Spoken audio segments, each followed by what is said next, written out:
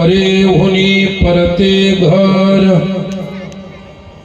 तेथे राहो निरंतर सर्वाचे जे अधिष्ठान ते माझे रूप पूर्ण सर्व सांडोनी माझाई वाचे विठ्ठल रखुमाई अवघी सत्ता आली हाता अवघी सत्ता आली हाता नामयाचा खेचर दाता सर्व सांडोनी माझाई वाचे विठ्ठल रखुमाई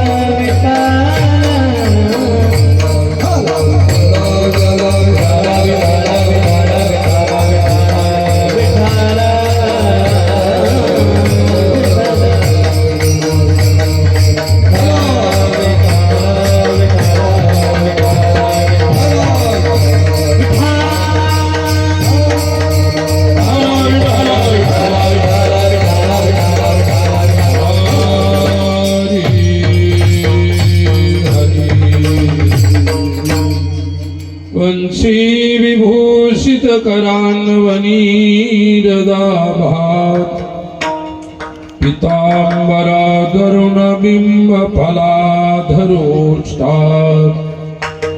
पूर्णेन्दु सुंदर मुखादरविंद नेत्रा कृष्णात् परं किमपि तत्त्वमहं न जाने समचरण सरोजं सान्द्रनीलाम्बुदाभं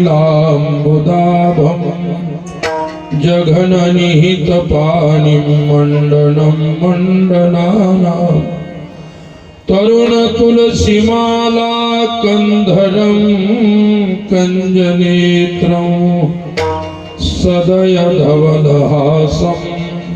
विठ्ठलं चिंतयामि पांडुरंगा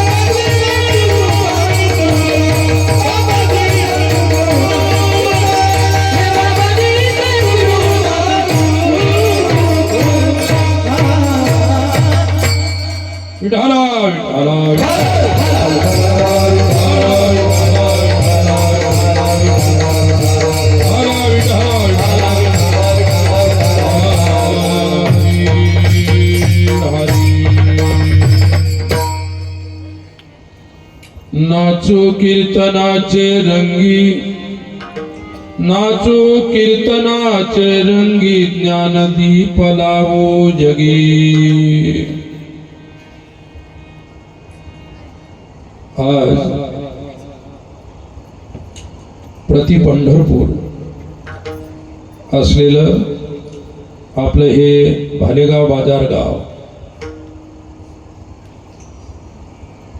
आणि आपल्या पवित्र भूमीमध्ये भगवान श्री विठ्ठल व श्री सोनाजी महाराज यात्रा महोत्सव सालाबादाप्रमाणे याही वर्षी संपन्न होत आहे.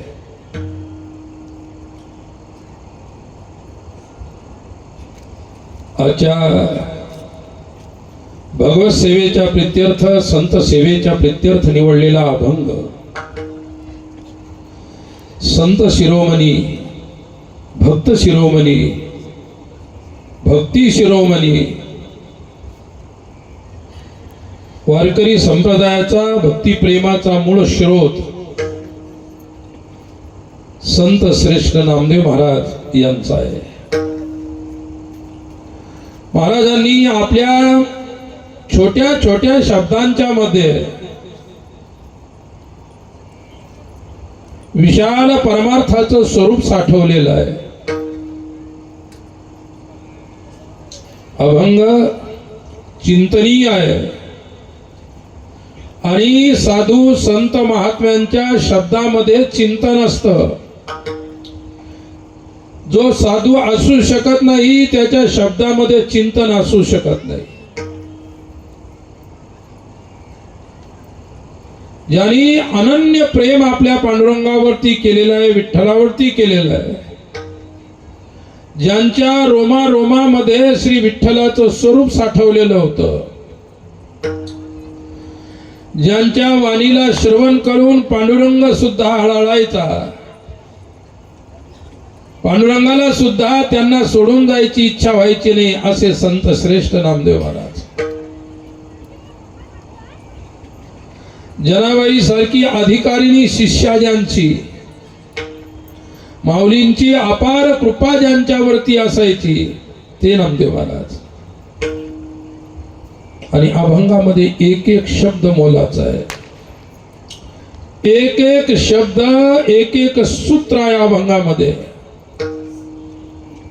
शास्त्र गुरुचरणाच्या वाणीतून श्रवण करायचं असतं आणि शास्त्र गुरुच्या वाणीतून श्रवण केल्यानंतर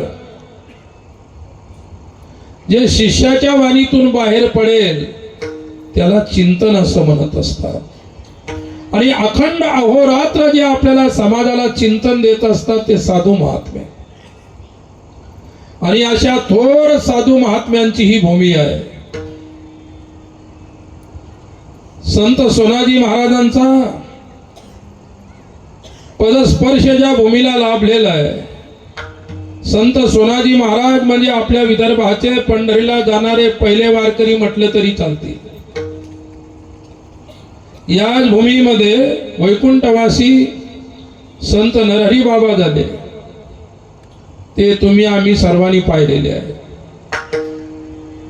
वर्तमान काळामध्ये आपल्या गावात जे संत आज आहेत, ज्यांचंही कीर्तन या उत्सवामध्ये आहे, ते आमचे हरिभक्त परायण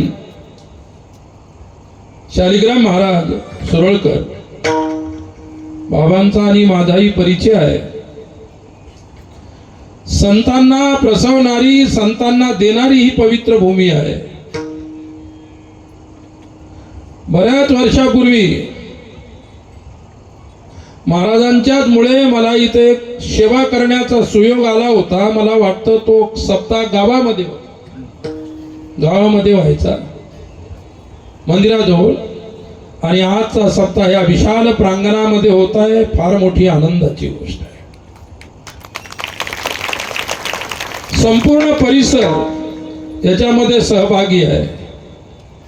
मी सुरुवातीलाच म्हटलं हे प्रति पंढरपूर आहे, जेथे अनेक संतांना भगवंताचा साक्षात्कार झाला. इथे विठ्ठल भगवान जागृत आहेत, इथले संत जागृत आहेत आणि अनंत मोठमोठ्या संतांचं प्रेम या गावावरती आहे. असं असणार आपलं भालेगाव बाजार. चला मला एवढं सांगायचं आहे की अभंगाकडे जाण्यापूर्वी आपण थोडीशी अभंगाची प्रस्तावना पाहू. अभंगाचं चिंतन पुढे करणार आहोत. विठ्ठला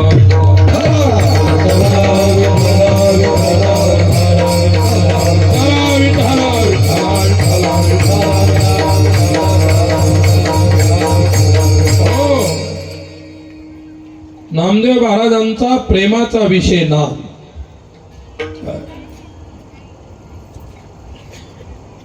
ते नामाचे देव होते म्हणून त्यांचं नाव नामदेव होतं. नामाच्या प्रती अनन्य निष्ठा नामनिष्ठ वैष्णव होते. वारकरी संप्रदायाला अंतरंगातून ज्यांनी नामस्मरण दिलं आणि आजही वारकरी संप्रदाय त्या नामस्मरणाचं नामचिंतनाची उपासना करत आहे.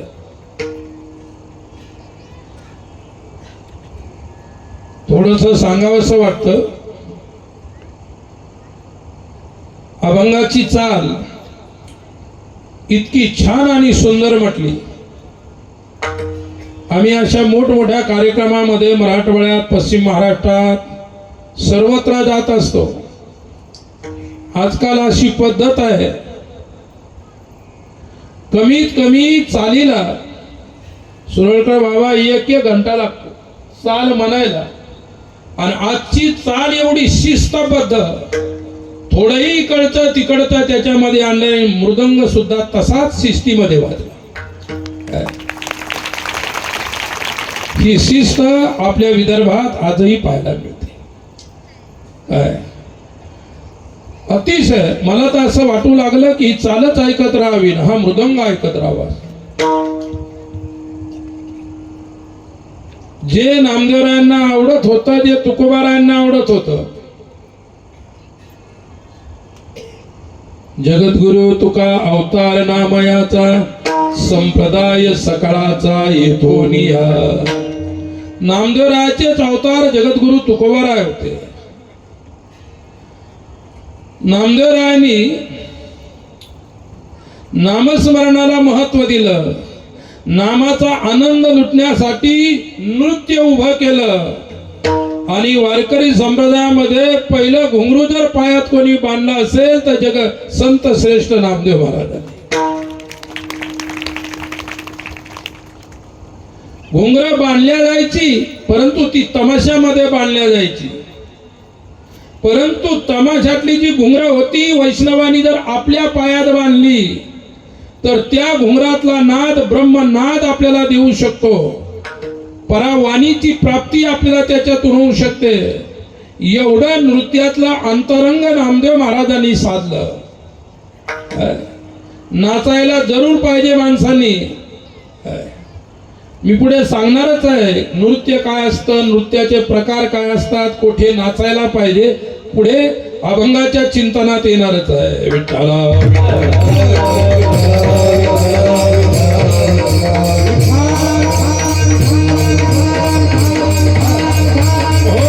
तुकोबारांच्या शब्दामध्ये एवढंच. गायनाचे उडे आपुलिया छंदे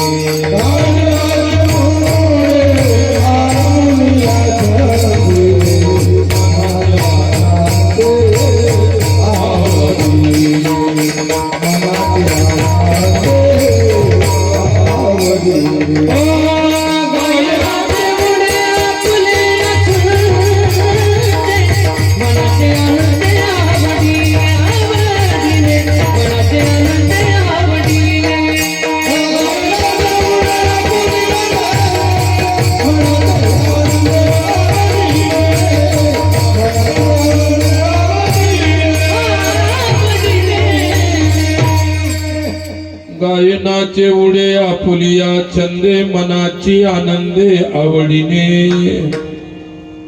गाये नाचे उडे आपल्या छंदामध्ये.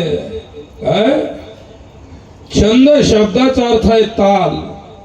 नाचावं तालात लागत असतं, वाजवावं तालात लागत असतं, गायन हे तालात करावं लागत असतं. काय? कारण गायनाचा, वादनाचा, नृत्याचा प्राण ताल आहे.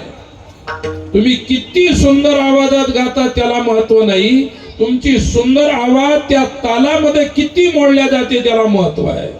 लक्षात घ्या. म्हणून ताल महत्वाचा आहे. काय? आणि माणसाने टाळी वाजवायची तालामध्ये, मृदंग वाजवायचा टाळीमध्ये, तालामध्ये, विणा सुद्धा तालामध्ये वाजवायचा, नृत्य करायचं तेही तालामध्ये. म्हणून गायनाचे उडे आपुलिया छंदे, मनाचे आनंदे आवडीने. मनाला आनंदित करण्यासाठी किंवा मनाचा आनंद लुटण्यासाठी, काय? मनात आनंद नाही, आनंद परमेश्वरात आहे. आनंदो ब्रह्मेति व्यजानात असे वेद म्हणतात उपनिषद. मनात आनंद नाही, आनंद हे परमेश्वराचं स्वरूप आहे. विठ्ठला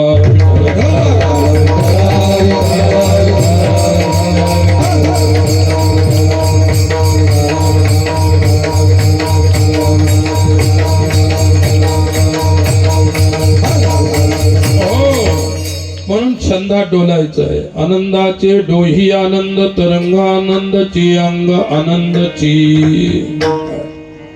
हृदयातल्या आनंदाची अनुभूती घेण्यासाठी नृत्य, हृदयातल्या आनंदाची अनुभूती घेण्यासाठी गायन आणि वादन सुद्धा त्या आनंदाची अनुभूती घेण्यासाठी असते. लक्षात ठेवा. आनंद हे तुमचं आमचं सर्वांचं स्वरूप आहे आणि त्या स्वरूपापासून वंचित झालेल्या जीवांना त्या स्वरूपावर पुनश्च आणण्यासाठी भक्ती किंवा भजन आहे. विठ्ठला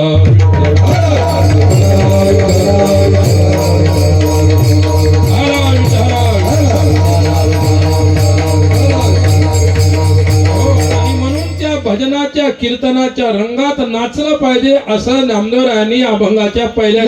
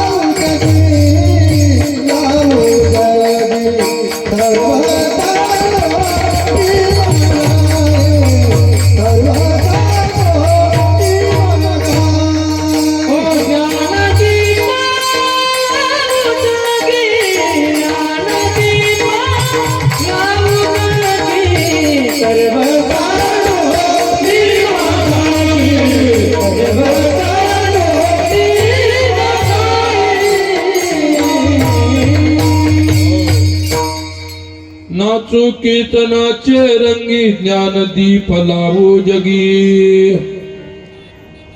संत श्रेष्ठ नामदेव महाराज सांगतात. नामदेव महाराजाच्या गाथ्यातील हा सद्गुरु स्तुतीतील अभंग आहे. नामदेव महाराजांचे सद्गुरु खेचर बाबा, विसोबा खेचर, ज्या व्यक्तीने जीवनाच्या अंतिम क्षणापर्यंत ज्ञानेश्वर महाराजांना त्रास दिला, भावंडांना त्रास दिला, आणि ज्यांनी त्रास दिला ज्ञानेश्वर महाराजांच्या कृपेनं तो गुरु झाला. एक दिवस त्रास देणारा गुरु होतो. दुष्ट प्रवृत्तीच्या व्यक्तीमध्ये एवढा आमूलाग्र परिवर्तन कशामुळे? जोपर्यंत त्याच्या हृदयामध्ये ज्ञानाचा दिवा म्हणजे विचाराचा दिवा लागत नाही तोपर्यंत परिवर्तन होत नाही. कीर्तन कशासाठी आहे? समाज परिवर्तन घडवण्यासाठी आहे. आणि समाज परिवर्तन घडते ते साधू संतांच्या उपदेशातून, प्रबोधनातून समाज सुधारतो. परंतु प्रबोधन कशाला म्हणतात हे प्रबोधनकारांना सुद्धा माहित नाही. काय प्रबोधनाची व्याख्या वेगळी आहे सज्जनांनो. ज्याच्या हृदयामध्ये आमूलाग्र परिवर्तन जे शब्द आणतात ते प्रबोधन असतात. आणि जे मुक्तीपर्यंत पोहोचून देतात ती त्या ठिकाणी उपदेश असतात, गुरुवचन असतात. ते संत वचन मुक्तीला नेऊन पोहोचून देतात. आणि प्रबोधन परिवर्तन आणतात. फक्त प्रबोधनाचं एवढंच काम आहे. विठ्ठला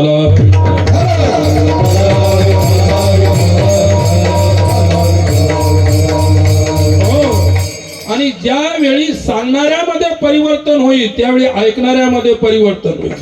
ज्या दिवशी सांगणाऱ्यामध्ये आचरणशीलता येईल त्यावेळी ऐकणारे आचरणशील होतील. सांगणारा जर भ्रष्ट असेल, सांगणारा जर योग्य नसेल तर समाज परिवर्तन घडणार नाही, मनोरंजन जरूर होईल. विठ्ठल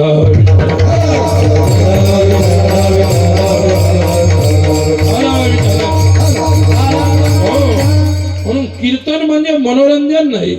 काय हृदयाला स्पर्श करणारी वाणी कीर्तन असते. त्या वाणीचा स्पर्श झाल्यानंतर हृदय भक्तीला घेऊन उठतं. परमेश्वराच्या प्राप्तीचा मार्ग हृदयाला मिळतो, जीवनाला मिळतो. त्याला कीर्तन म्हणत असतात. काय मला एक सांगायची महत्वाची गोष्ट, परिवर्तन झालं पाहिजे. परिवर्तन फार मोठी महत्वाची गोष्ट आहे. आणि वर्तमान काळामध्ये तरुण पिढीमध्ये नाही, सर्वांमध्येच परिवर्तनाची गरज आहे. आणि परिवर्तन हे संस्काराने होतात. काय संस्काराने संस्कृती मिळते. आणि संस्कृती मिळाल्यानंतर परिवर्तन आपोआप होत असतं. परंतु आपल्याला संस्कारच मिळत नाही तर संस्कृती कुठे मिळणार आहे हा प्रश्न आहे. तर मला एक गोष्ट सांगायची ती सांगतो. विठ्ठला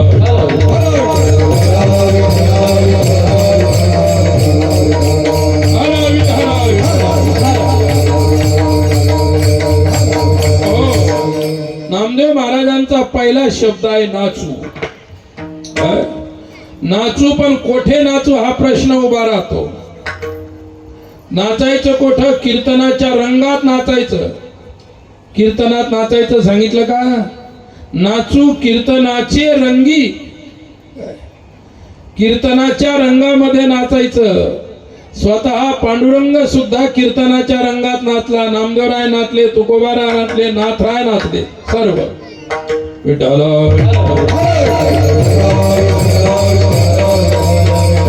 हो नामदेव कीर्तन करी पुढे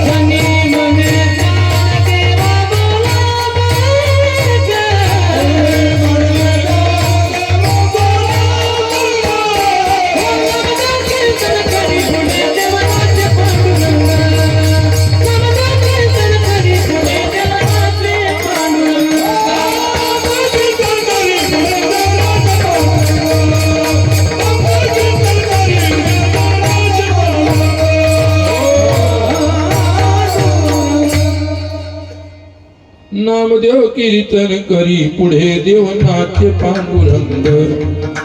जनी मने ज्ञान देवा बोला अभंग. नाचता नाचता देवाचा गळला पितांबर. रंगामध्ये नाचल्यानंतर स्वला विस्मृती होऊन जाते, स्व विसरून जातो. काय एवढं नृत्य साधना आहे. लक्षात ठेवा, जशी नाम साधना आहे तशी नृत्य सुद्धा साधना आहे. भारतीय नृत्य शास्त्रामध्ये नृत्याची परिभाषा म्हणजे व्याख्या केलेली आहे.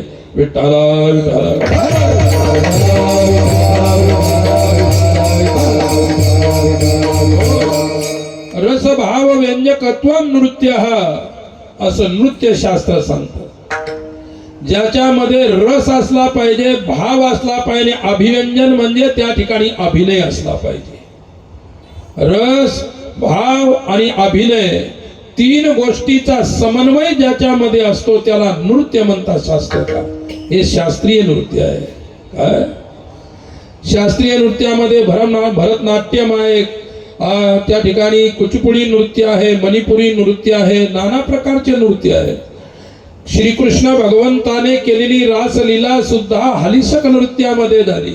ते हलिसक नृत्य होतं. आणि आपल्या वारकरी संप्रदायामध्ये पावली नृत्य आहे, जे आपण पावल्या खेळतो ते पावली नृत्य आहे.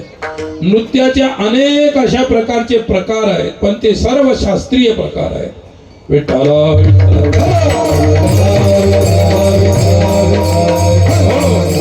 पण तुम्ही जे डीजे वरती नाचता तो कोणता प्रकार आहे नृत्याचा?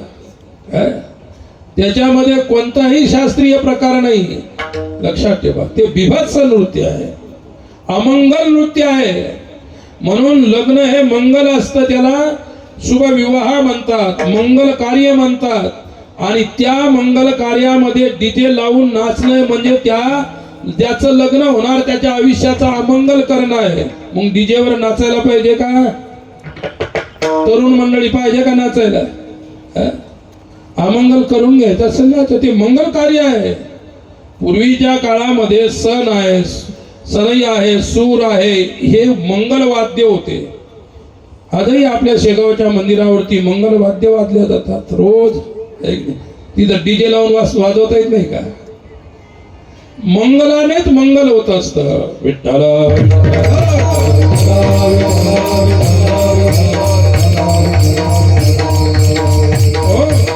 ज्याच्यातून चिंतन मिळतं त्याला नृत्य म्हणतात. लक्षात घ्या, ज्याच्यातून चिंतन मिळतं, काहीतरी शिकायला मिळतं, ते नृत्य आहे. आपला विषय होता की परिवर्तन समाजाचं झालं पाहिजे, पण सांगणाऱ्यात परिवर्तन झालं पाहिजे. त्यावेळी ऐकणाऱ्यात परिवर्तन होतं. सांगणाऱ्यात बदलले नाही तर ऐकणारे हसून हसून मरतात, त्यांच्यात काही परिवर्तन होत नाही. हसणं हे ध्येय आहे प्रत्येकाचं. रडलं नाही पाहिजे, हसलंच पाहिजे. हसवणाराने हसवायचं, रडणाऱ्याने रडायचं, हसणाराने हसायचं. हे सुद्धा एक पवित्र गुण आहेत आपल्या माणसामधले. लक्षात घ्या. तुम्हाला एक उदाहरण सांगतो. विठ्ठल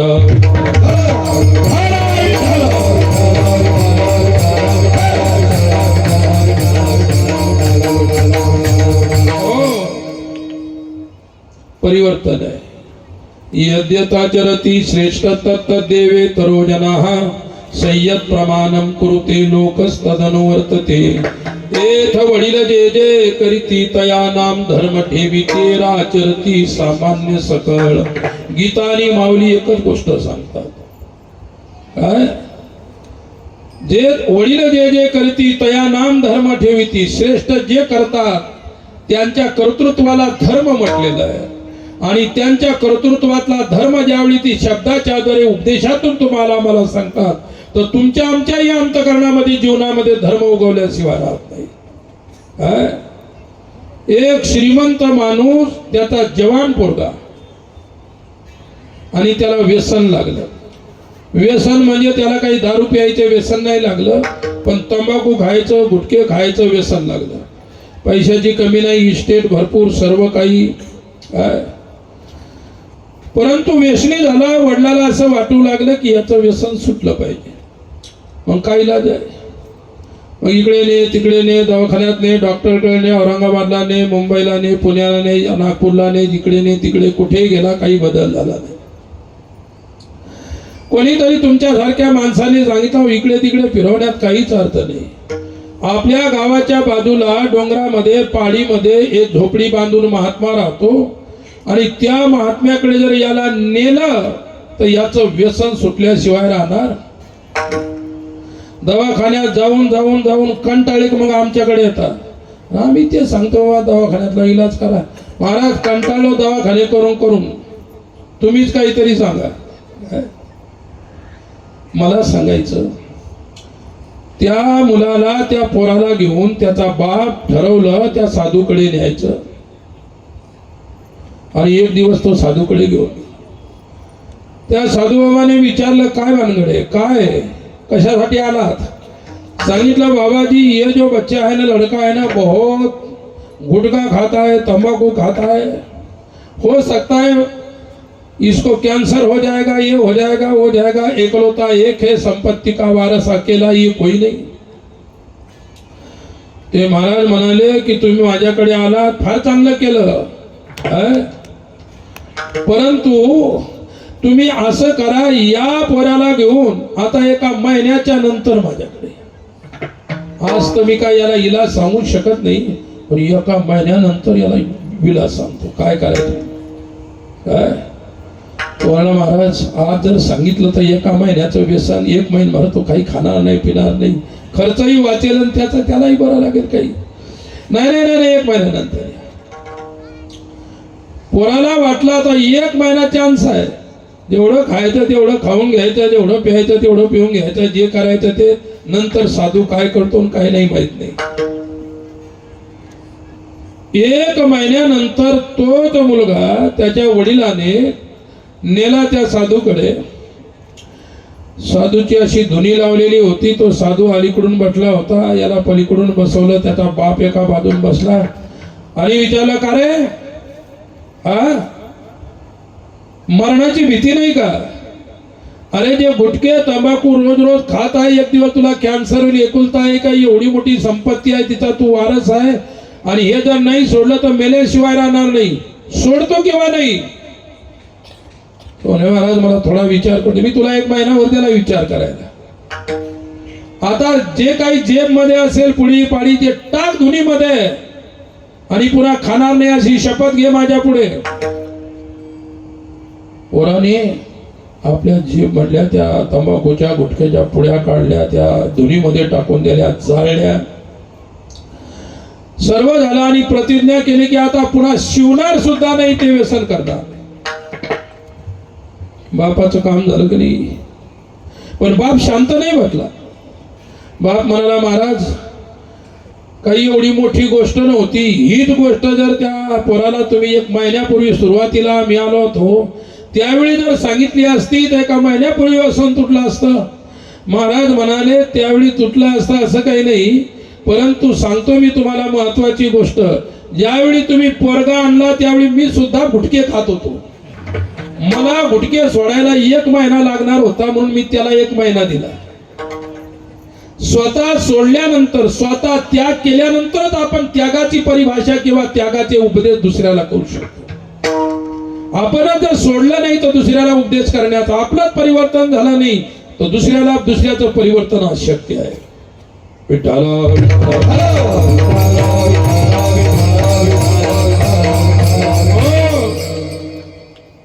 पर उपदेश कुशल बहुके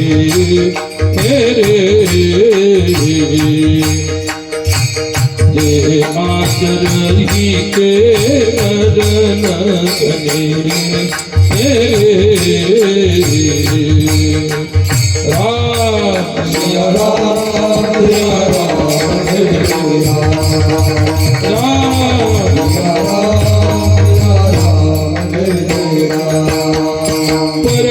उपदेश कुशल बहुतेरे जे आचरही नर नगरी.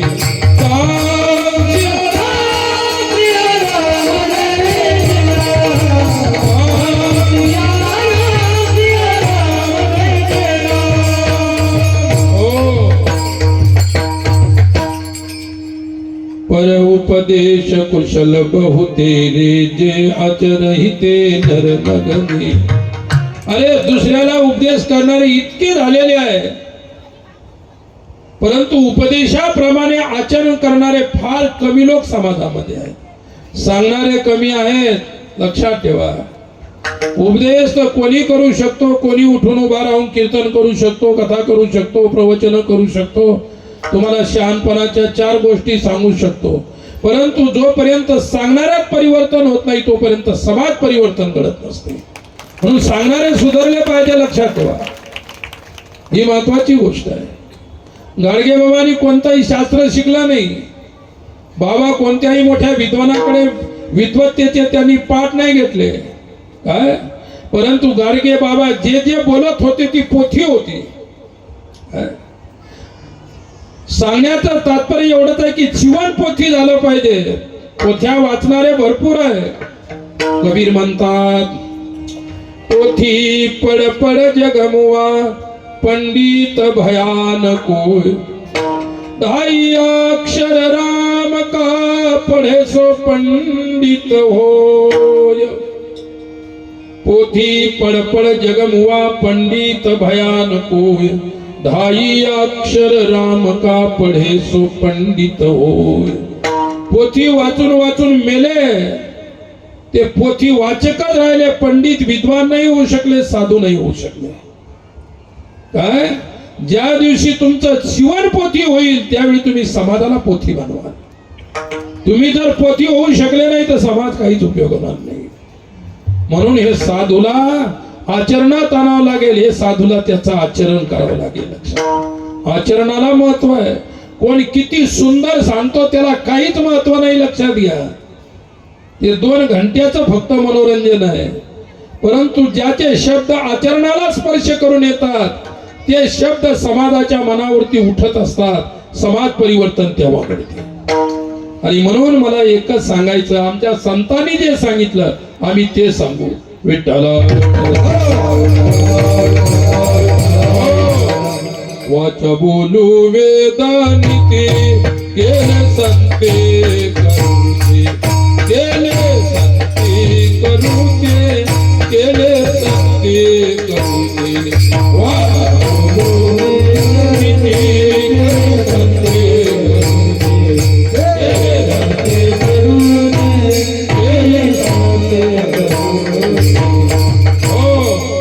वाचा बोलू वेद नीती करू, केले संती करू ते.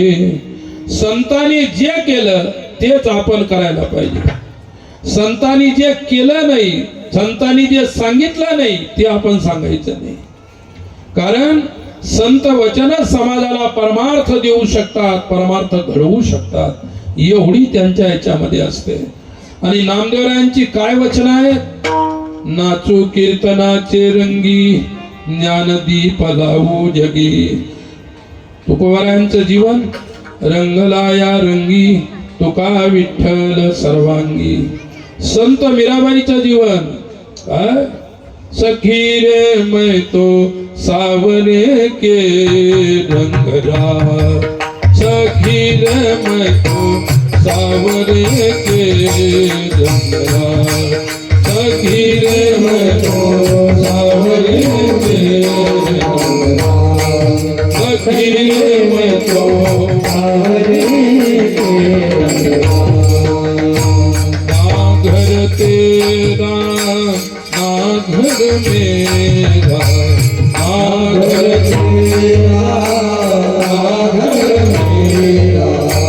मीरा हरी रंगदासी, सखी रे मैं तो सावरे के रंग रहा, सखी रे मैं तो सावरे के रंग रहा. ना घर तेरा ना घर मेरा, मीरा हरी रंग राची, सखी रे मैं तो सावरे के रंगराची. काय मी त्या सावळ्याच्या रंगामध्ये रंगलेली आहे. तुकोबाराय म्हणतात मी त्या विठ्ठलाच्या रंगामध्ये रंगलेलो आहे. आणि तुम्ही आम्ही आपल्या संसाराच्या रंगामध्ये रंगलेलो आहोत. कोणी कोणी का असेना कशात ना कशा तरी रंगलेला आहे. लक्षात ठेवा, प्रत्येकामध्ये कशाचा ना कशाचा तरी रंग लागलेला आहे. कोणाला विषयाचा रंग लागलेला आहे, कोणाला भक्तीचा रंग लागलेला आहे, कोणाला ज्ञानाचा रंग लागलेला आहे, कोणाला परमार्थाचा रंग लाभलेला आहे, कोणाला संसाराचा रंग लाभलेला आहे. कोणत्या ना कोणत्या रंगामध्ये जीव नाचतच असतो. परंतु कीर्तनाच्या रंगामध्ये रंगलेले किंवा नाचणारे नामदेव महाराज आहे. नृत्य विठ्ठला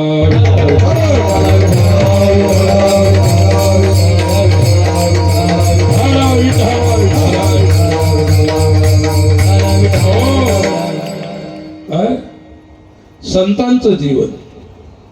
गावो नाचू विठो तुझा करू अनुवाद,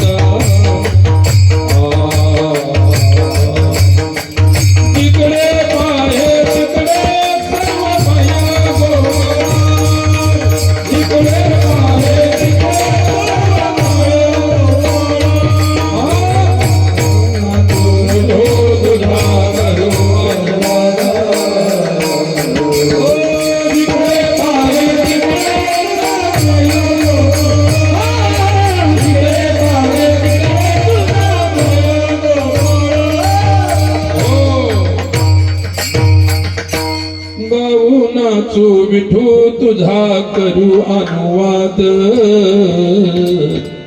जिकडे पाहे तिकडे सर्वमय गोविंद. काय नृत्यातून भगवंताच्या सर्व व्यापकतेची अनुभूती जगद्गुरु संत तुकोबारायांना आली. नामदेवरायाला विठ्ठलाची प्रतीती नाही स्वात्मानुभूती आली. नृत्य एवढं महान आहे. नृत्याचे मी तुम्हाला अनेक प्रकार सांगितले. गोपिकांनी भगवान श्रीकृष्णाला नाचवलं. काय वैष्णवाचं प्रेम ईश्वराला नाचवत असतं आणि आपण आपल्या संसारात सुद्धा नाचत असतो. ते संसाराचं विषयाचं प्रेम आहे. आयुष्याची आयुष्य आपल्या विषय प्रेमामध्ये गेले आणि आयुष्याची आयुष्य आपण संसारामध्ये नाचत राहिलो. पण परिवर्तन किंवा फायदा काही नाही झालेला. फायदा परमेश्वरासाठी नाचण्यामध्ये होता. मीराबाई राजपुतान्याची सून होती, राजपुतान्याची लेक होती. ती राजपुतान्याची महाराणी होती आणि राजपुतांच्या मध्ये नृत्य करणं.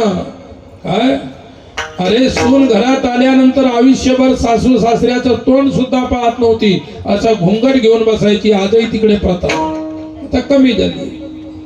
एवढी मर्यादा असणारी मीराबाईने हिम्मत केली नाचायची. पण कोणासाठी नाचली? श्रीकृष्णासाठी.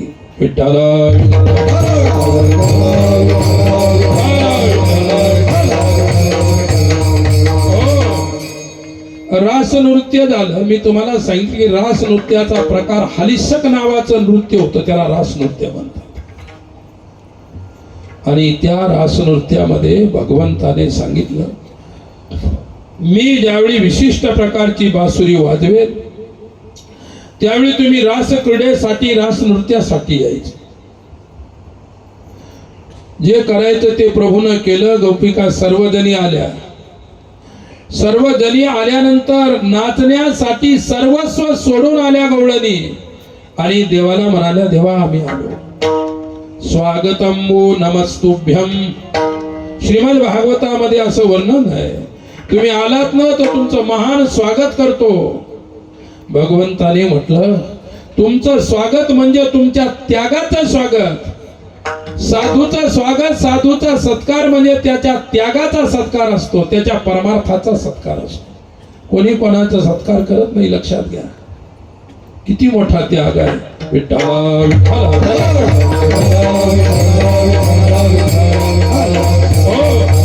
गोपिकांचं समर्पण होतं म्हणून भगवंत प्रत्येक क्षणी त्या जशा म्हणतील तशा राहत होत्या. तसा राहायचा तो. नाच म्हटलं तर नाचायला लागायचा.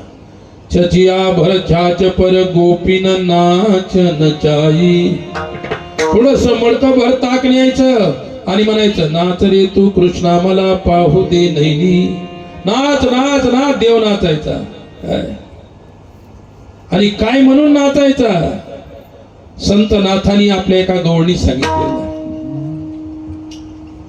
नाथराय म्हणतात भोवरी सांडोनी पाव ठेवी रे गोपाळा. नाचचिदानंदा सुख होईल सखा. नाचचिदानंदा सुख होईल सखा. नाचचिदानंदा सुख होईल सखा. नाचचिदानंदा सुख होईल सखा. रंग रंगला रे रंग रंगला.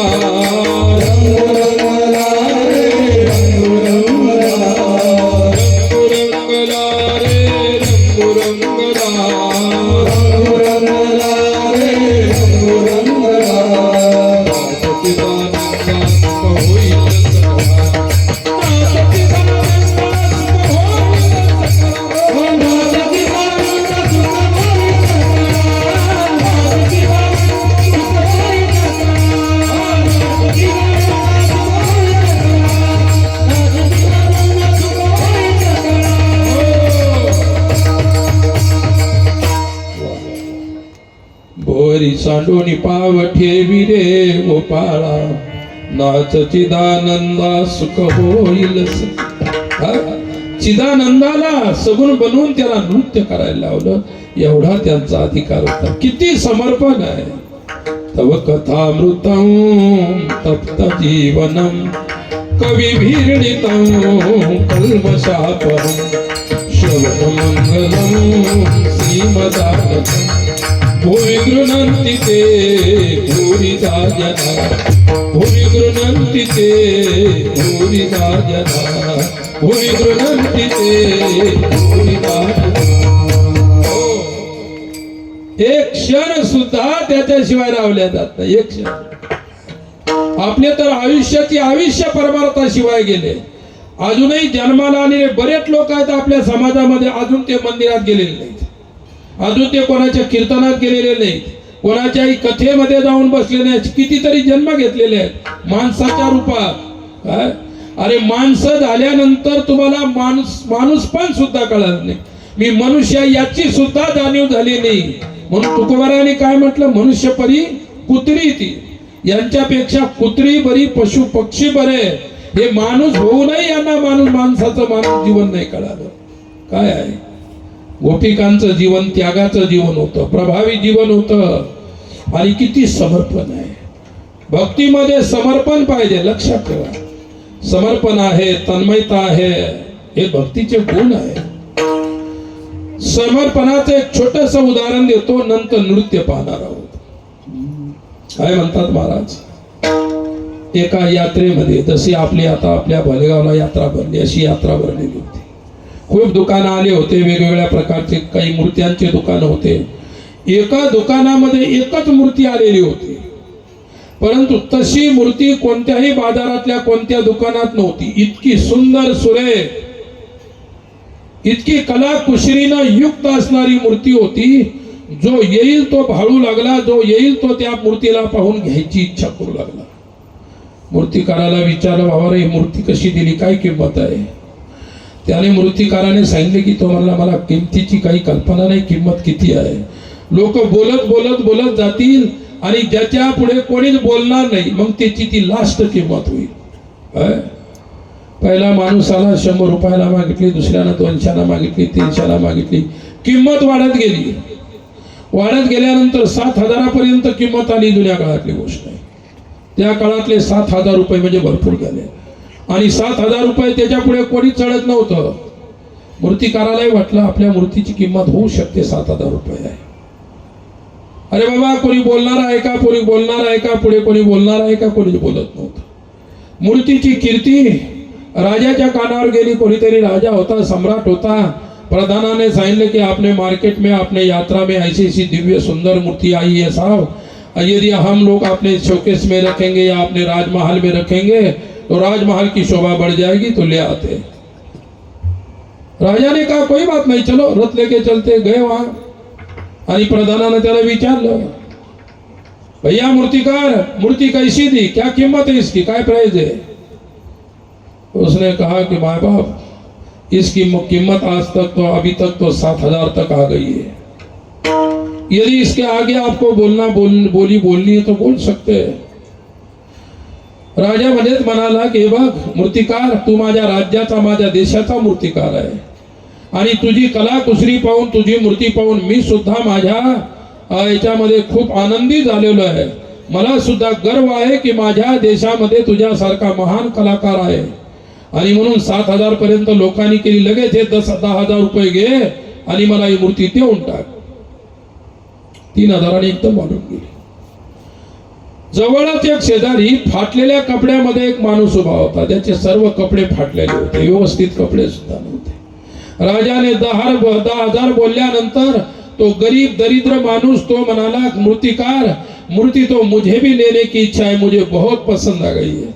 100 रुपए से कीमत बढ़ रही थी, तब से मुझे लेने की इच्छा हो रही थी, लेकिन अपने पास तो भैया कोई पैसा नहीं, लेकिन लेना चाहता हूँ। राजा ने 10,000 केले। फाटक्या कपड्यातल्या माणसाने म्हटलं, मेरे पास जो है मैं उससे दे देता हूँ, मुझे मूर्ति दे सकते हो? बोले क्या है तेरे पास, दे दो। बोल बोले क्या है? त्याने फटकन आपले पैजामा काढला, शर्ट काढला, बनियान काढली, कपड्याची घडी घातली। बोले इतनी संपत्ति मेरे पास है, इतने में देता हो तो दे दो, है तेरी मर्जी।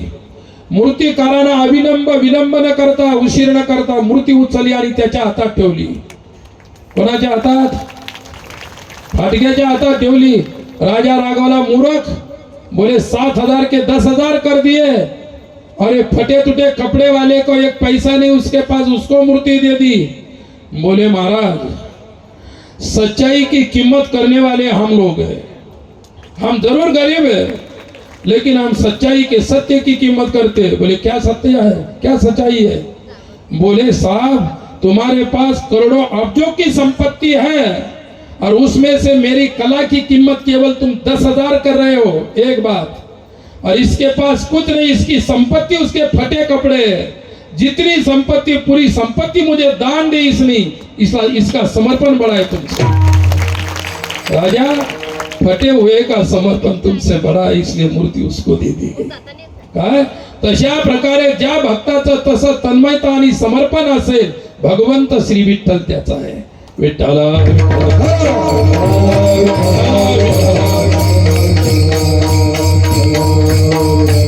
हो, आणि म्हणून त्याच्या रंगात नाचायचं आहे। नाचू कीर्तनाचे रंगी, कीर्तनाच्या रंगात नाचायचंय आणि नंतर ज्ञानाचा दिवा लावायचा आहे। कुठे लावायचा आहे ज्ञानाचा दिवा? समाजाच्या अंतःकरण रूपी घरामध्ये लावायचा आहे।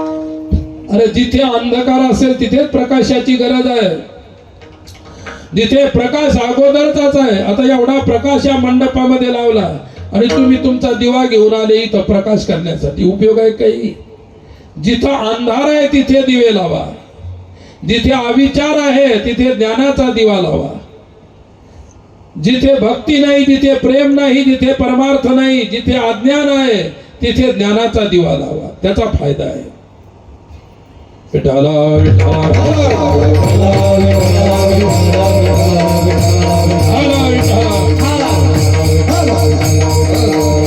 हो, उदाहरण सांगतो तुम्हाला पहा, ज्ञान अज्ञानाला मिटवणारी वस्तू आहे।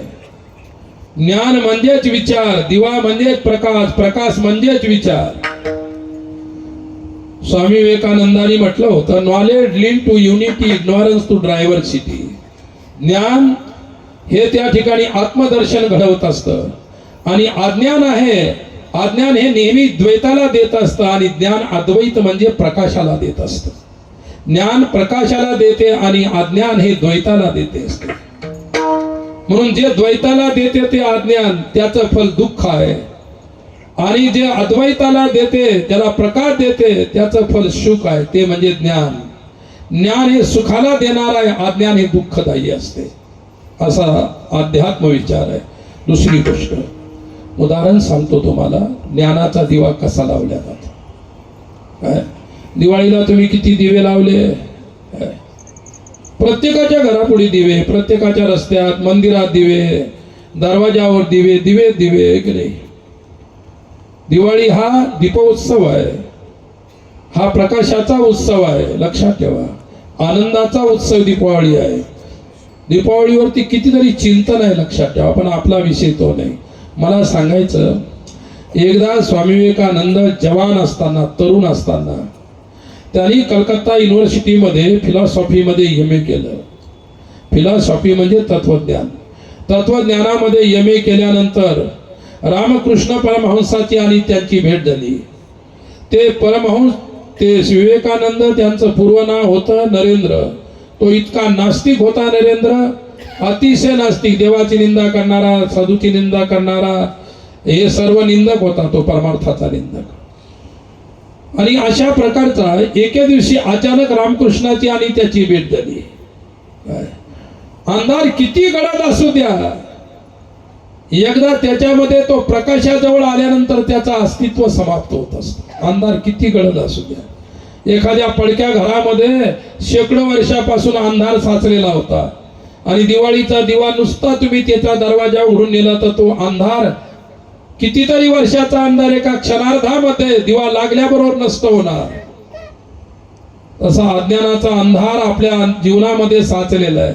ज्यावेळी भक्ती प्रेमाचा नव्हे विचाराचा दीपक ज्यावेळी आपल्या अंतःकरणात जीवनात लागेल त्यावेळी आपण प्रकाशात येऊ, आणि प्रकाशात येणं हा तुमचा पुरुषार्थ आहे, आणि अंधारात राहणं हे पतन आहे। विठ्ठला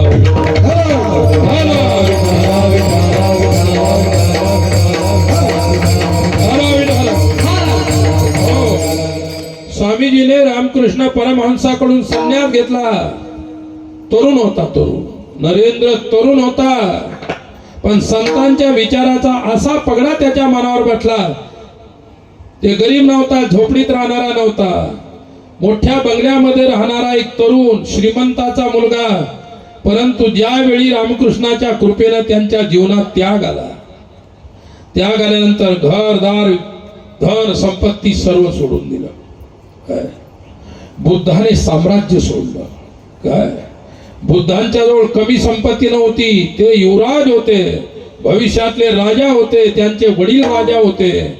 परंतु ज्यावेळी बुद्धाला कळालं की याच्यात काही तथ्य नाही, त्या दिवशी बुद्ध संन्यासी झाला. काय बुद्धानं आपली तरुण पत्नी सोडली, तरुण मुलगा सोडला आणि लगेच अरण्यात गेला. तिथे शांतीचा, परमार्थाचा, कशाकशाचा शोध लागला. पुष्कळ इतिहास आहे. मला एवढं सांगायचं, झोपडं त्यागून जाण्यात काही एवढं महत्व नाही, पण बंगला त्यागून जाण्यात जरूर महत्व असतं. लक्षात ठेवा, संपत्तीचा त्याग करणं सोपी गोष्ट नाही. काय संपत्तीचा त्याग करणं सोपी गोष्ट नाही, पण बुद्धाने सहज त्याग केला. बुद्धाला ज्यावेळी कळालं की संसार काय आहे, दुःख काय आहे, 4 आर्य सत्य त्याच्या जीवनात त्याने जोपासले आणि त्या 4 आर्य सत्याचा त्यांनी त्या ठिकाणी विचार केला आणि आयुष्यामध्ये फार मोठा त्याग उभा केला. आणि बुद्धाच्या त्यागातून हजारो लोकांच्या मध्ये परिवर्तन झालं. एक नंबर 2 विवेकानंदाची तीच गोष्ट आहे. एका श्रीमंताचा मुलगा ज्यावेळी साधूच्या वचनाने जीवनामध्ये त्याग आला आणि त्या त्यागातून संन्यास झाला आणि संन्यास झाल्यानंतर विठाला विठाला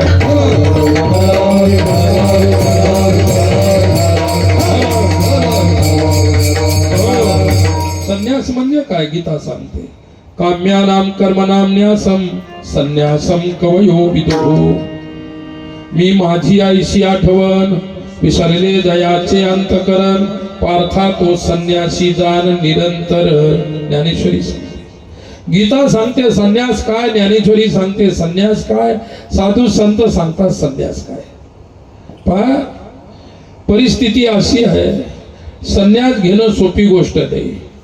अरे भगवे कपडे कोणी अंगावर टाकू शकतो, पण त्याच्या आतला जो त्याग आहे, तो त्याग असेल तर त्या भगव्यांना शोभा आहे, आणि भगव्याच्या आतून जर त्याग नसेल तर त्या भगव्या कपड्यांची काही शोभा नाही.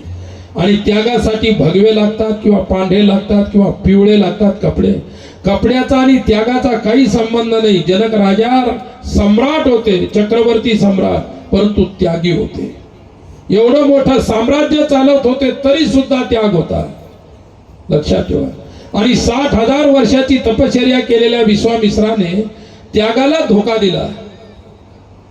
म्हणजे त्याग कोणाचं वरण करेल? जो भाग्यशाली आहे त्याचं त्याग वरण करेल.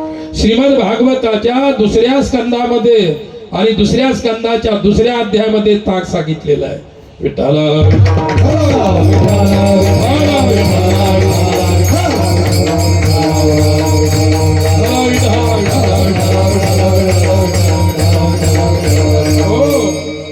स्वामीजी तरुण होते, संन्यासी होते, त्यांनी परिभ्रमण करू लागले. जो भ्रमण करतो त्याला परिव्राजक म्हणत असतात. परिव्राजक संन्यासी म्हणजे सदैव भ्रमण करणार. भ्रमणात जो आनंद आहे तो कशात नाही. म्हणून पूर्वीच्या काळामध्ये गुरुने शिष्याला दीक्षा दिली तर 12 वर्ष सांगायचे भ्रमंती करायची. काय त्या भ्रमंतीचा मला स्वतः अनुभव आहे. 7 वर्ष 20 दिवस मी संपूर्ण देशात पायी फिरलो. काय बूट नाही, चप्पल नाही, काहीच नाही पायामध्ये. एक लंगोटी लावलेली, छोटस कटिवस्त्र, कमंडूल हातामध्ये, एक माळ, एवढीच आपली संपत्ती. 7 वर्ष जिथं धरणी जागा देईल तिथं झोपायचं.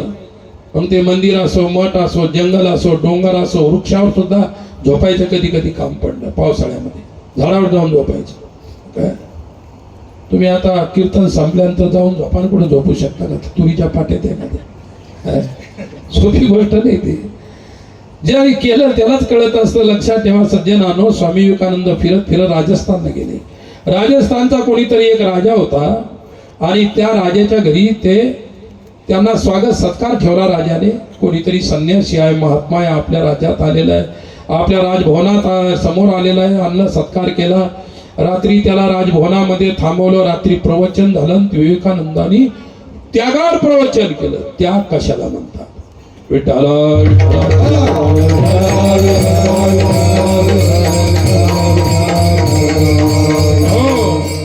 वेदांताच्या अधिकाऱ्यानं अधिकारी जो असतो तो सांगितलेला आहे.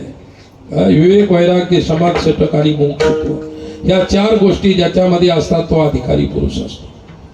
अशा प्रकारे स्वामीजीनं ते वर्णन केलं की शरीर अनित्य आहे, शरीर जड आहे, मन जड आहे, आत्मा सत्य आहे, ब्रह्म चेतन आहे.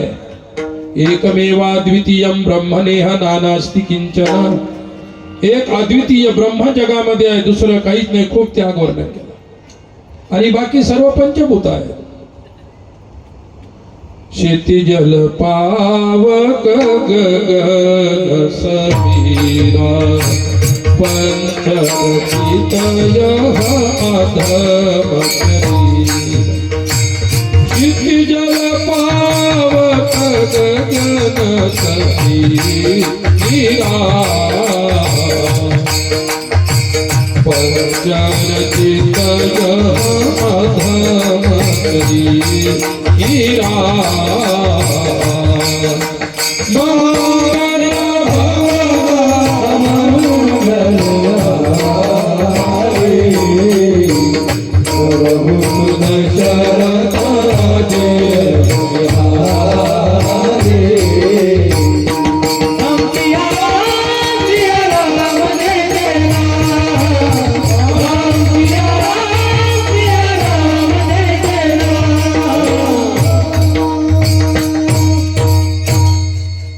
जल पावक गगन समीरा पंचरचित अधम शरीर.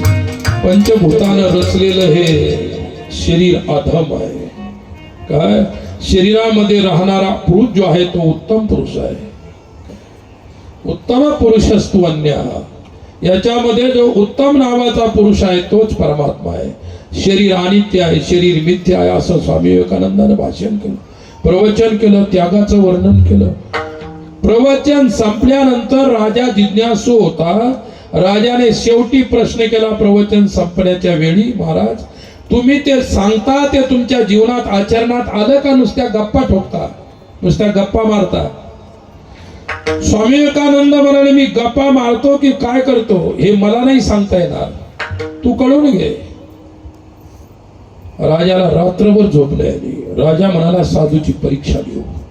याने त्यागाचं वर्णन केलं. हा खरोखर त्यागी आहे का याचा आपण परीक्षा घेऊ.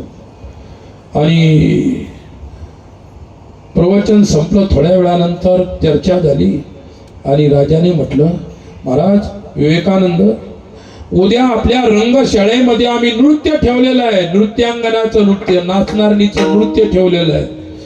आणि आपण जर नृत्य पाहायला आला तर फार चांगलं होईल. आमच्या राज्याची, देशाची प्रसिद्ध नृत्यांगना आहे. साधू आहे. अरे साधू आहे तो नृत्यात कशाला जाऊन बसेल, तमाशात कशाला जाऊन बसेल? आणि बसला तर तुम्ही लोक शांत राहाल का? महाराज तो अमक्या ठिकाणी दिसत होते काल. महाराज ढाब्यावर नाश्ता करत होते. तुम्हीच परमिशन काढलंय का ढाब्यावर नाश्ता करायचा? हे बरोबर आहे तुमचं. काय तुम्ही साधू आहात तर चुकीच्या ठिकाणी भोजन करायला नको, चुकीच्या ठिकाणी जायला नको. तुम्ही चूक केली तर लोकांना काय सांगता तुम्ही? काय अरे जो बिनचूक असतो तोच लोकांच्या चुका दुरुस्त करू शकतो. आणि जो बिनचूक नाही तो लोकांच्या चुका दुरुस्त करू शकत नाही. लोक त्यांच्या चुका धरत असतात. मग महाराज परवाच्या दिवशी तर तुम्ही तिथं दिसले होते आम्हाला. कारण समाजाचे नजर इतकी तीक्ष्ण आहे तुमची नजर. तुम्ही नुसते त्या ठिकाणी चांगल्या माणसाला पकडण्यासाठीच बसलेले आहे. असं काय नाही. प्रत्येकाची नजर आहे आणि परमार्थ दुसरं काहीच नाही. नजरेला बदलून टाकणं हाच परमार्थ आहे. काय म्हटलेलं आहे कोणीतरी, नजर को बदलो नजराने बदल जाएंगे. नजर को बदलो नजराने बदल जाएंगे. आपली नजर बदला, तुमचं संपूर्ण जीवन परिवर्तन झाल्याशिवाय राहणार नाही. अरे आपल्या विचार आहेत कसे कसे आहेत, चांगले विचार घेण्यासाठी आपण इथं जर चांगले विचार घेतले तर परिवर्तन झालं. आणि स्वामी विवेकानंदांनी त्या राजाने म्हटलं कि बाबा कल तो आपको रंगशाला में नृत्य देखने के लिए आ सकते हैं, हम बहुत बढ़िया नृत्य रखा है. स्वामीजींनी काय म्हटलं, उत्तर दिलं, तुझी इच्छा असेल तर काही हरकत नाही. म्हणजे माझ्या इच्छेनं मला यायचं नाही, पण तुझी इच्छा असेल तर काही हरकत नाही. दुसऱ्या दिवशी ती नृत्यांगना आणली, नाचणारी आणली, सजवलं सर्व स्टेज वगैरे, हे की नाही. नाटकामध्ये काय असतं, पात्र असतात, स्टेज असतं, ते सजवलेलं असतं आणि काहीतरी नाविन्य असतं म्हणून आम्ही पाहायला जातो, हे की नाही. आणि तशाला तसंच असतं तर कोण जाणार आहे पाहायला. एका याच्यामध्ये आम्ही त्या नर्मदेची परिक्रमा केली. किती वर्ष पहिल्याने? 44 वर्ष झाले. त्याच्या अगोदरची गोष्ट सांगतो. मी त्यावेळी जवान होतो, मी परिक्रमा करत होतो.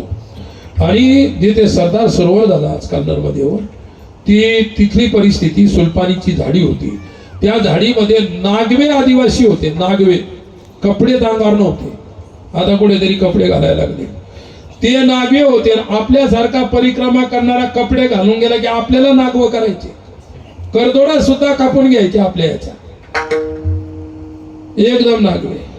आणि त्या जंगलामध्ये काही काळापूर्वी एक राजा, प्रधान, 2-4 शिपाई वस्त्र, कपडे, ड्रेस घातलेले त्या राज्यामध्ये शिकार करायसाठी गेले. आदिवासी लोकांनी पाहिलं, बापरे काहीतरी नवीन प्राणी आले आपल्या जंगलामध्ये. कपडे घातले माणसं त्यांनी कधी पाहिले नाही, कपडे घातले. कोणीतरी नवीन प्राणी आले, सर्व जमा झाले, पाहू लागले. मग त्यांना वाटलं की आता यांना पकडू आपण, हे कसे माणसं आहेत, कसे प्राणी आहेत, काय आहेत. मग काय केलं, प्रधान हुशार होता.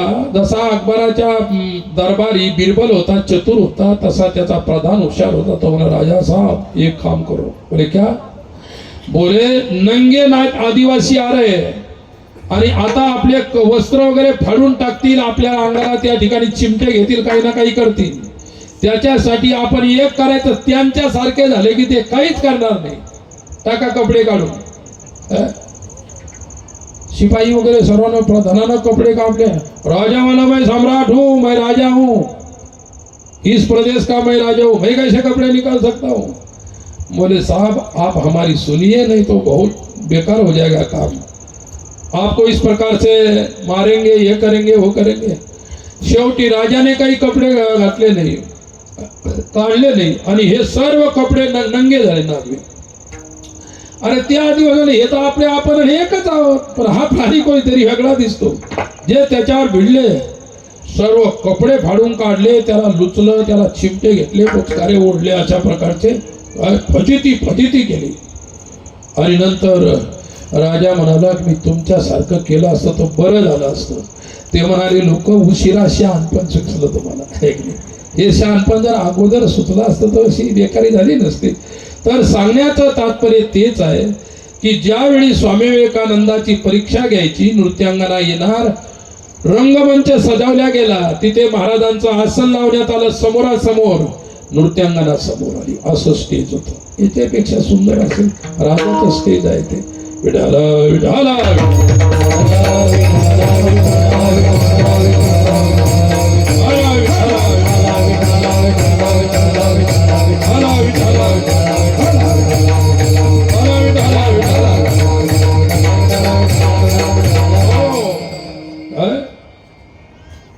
दहा वर्षापूर्वी मी दिल्लीला कथा केली. मोठे मोठे लोक कथा ठेवणारे वगैरे, त्यांनी जवळजवळ 10 वर्षापूर्वी 46 लाखाचा मंडप दिला, स्टेज सजवलं 46 लाख. मी विचार करू लागलो, म्हटलं आपल्या महाराष्ट्रात इतक्या लाखामध्ये किती सोपते होते. मी गणितच करीत राहिलो, बरं का, गणित करत राहिलो, किती सोपते होते. म्हटलं किती खर्च करतात लोक काय. अरे साधा मंडप दिला तरी कथा तीच होणार होती, आणि भारी जरी दिला तर कथा तीच होणार आहे. पण त्यांच्याजवळ पैसाच इतका आहे काय, जास्तीत जास्त डेकोरेशन दाखवायचं, जास्तीत जास्त चांगलं कसं दिसेल, आणि जास्तीत जास्त करायचं तर पैसा जास्तीत जास्त लागेल का नाही, आणि जेवढं साधारण करायचं तेवढा पैसा कमी लागेल. सर्व रंगमंच सजवला. स्वामीजी समोर येऊन बसले, त्यांच्या वेळेवरती ते आले. नृत्यांगना आली, तिला शिकून ठेवला असं अस्सील गीत गायचं. या संन्यासी मधातच मान हल्ली पाहिजे, डोलला पाहिजे, संन्यासी डोलला पाहिजे. तुझ्या रूपाला, सौंदर्याला पाहून हा भाळला पाहिजे, मोहित झाला पाहिजे. तिला शिकून ठेवलं. नृत्यांगना आली, बाजूला साज बसलेला आहे, जसा माझ्या बाजूला आमचा कीर्तनाचा साज आहे. कोणता? लावणी मृदंग श्रुती टाळ घोष सेव ब्रह्मरस. मृदंग विना टाळ हा आमचा साज आहे, कीर्तनाचा साज. शृंगार साज म्हणजे अलंकार. तिथे ढोलकी आहे, तुंतुन आहे, यांची जी काही वाद्य असतील, नृत्याची वाद्य, ते सर्व सजले. बाईचे पावलं थरारणार.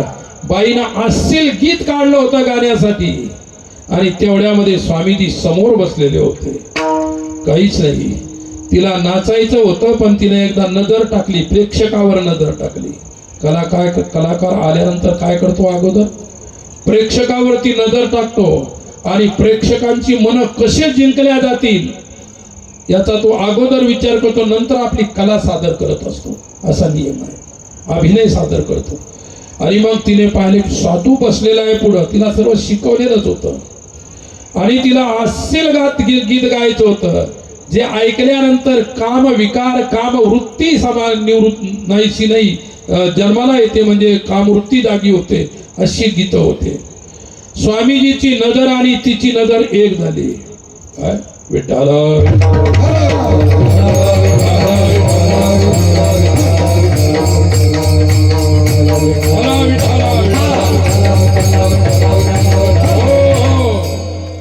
आणि त्याच वेळी काय झालं, काय स्वामीजीने नुसतं तिच्याकडे पाहिलं, तिनं त्यांच्याकडे पाहिलं. तिला अस्सल गीत गायचं होतं तर काय गाऊ लागली, नृत्यांगना गाते, हरिगुण गावत नाचुंगी,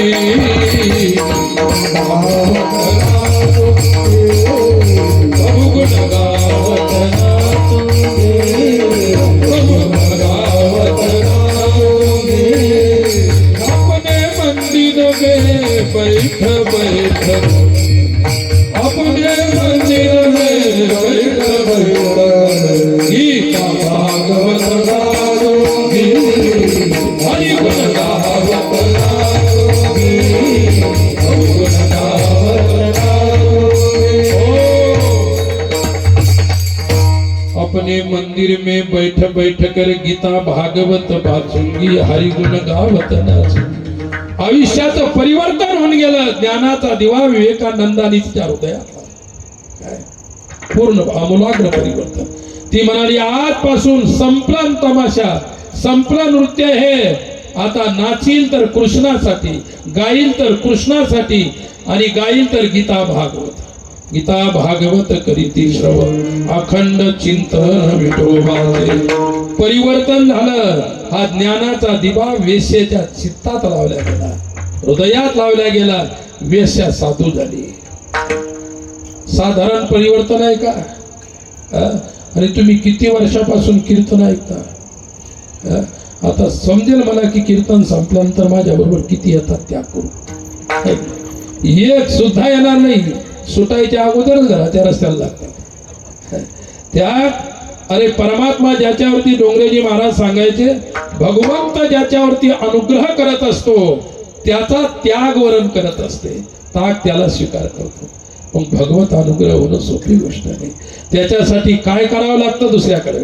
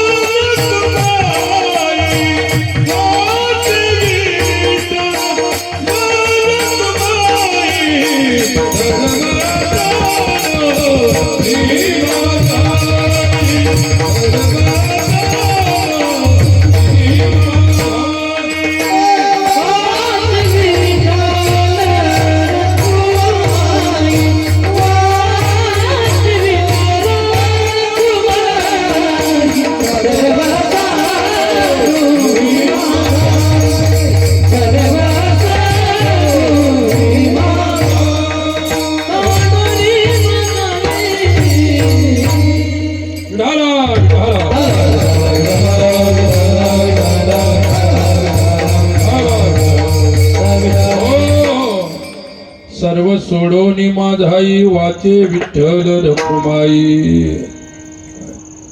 नामदेव राय म्हणतात, ज्ञानाचा दीपक अंतःकरणामध्ये लागण्यासाठी सर्वस्वाचा त्याग, सर्व सोडोनी माझाई.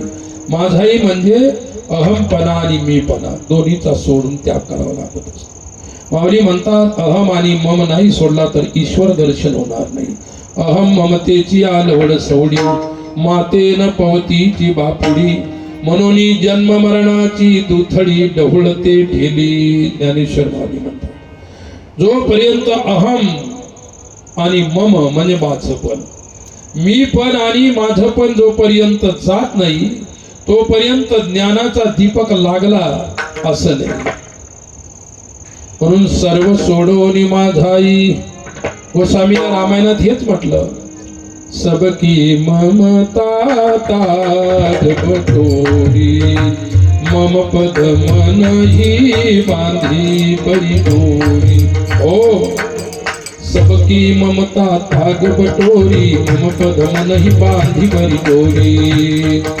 सर्व जड पदार्थातलं, सांसारिक पदार्थातली जे वासनामय सर्व शरीर वस्तू आहेत त्या सर्वातली वासना काढून त्या वासनेची दोरी बनवायची, त्या दोरीला आपलं मन बांधायचं आणि ते दोरीला बांधलेलं मन भगवंताच्या चरणरूपी खुंट्याला बांधून ठेवायचं. म्हणजे मन ईश्वराच्या पावलाला सोडून जाणार नाही. शरीरम स्वरूपम तथा वा कलत्रम यशचारुचित्रम धनम मेरुतुल्यम हरेरंग्री पद्मे मनश्चे न लग्नम तत किम तत किम तत किम तत किम. भगवंताने ईश्वराने शरीर दिलं, स्वरूप दिलं, कलत्र दिले, चांगल्या प्रकारचं कुटुंब दिलं, घरदार दिलं, श्रीमंती दिली, यश दिली, कीर्ती दिली. हे सर्व दिल्यानंतर तुझं मन जर ईश्वराच्या चरणापाशी नसेल, तुला मिळालेलं सर्व व्यर्थ आहे. पुढे काय, पुढे काय, पुढे काय. म्हणून सर्व सोडोनी माझाई. आणि वादीमध्ये वाचे विठ्ठल रखुमाई. विठ्ठला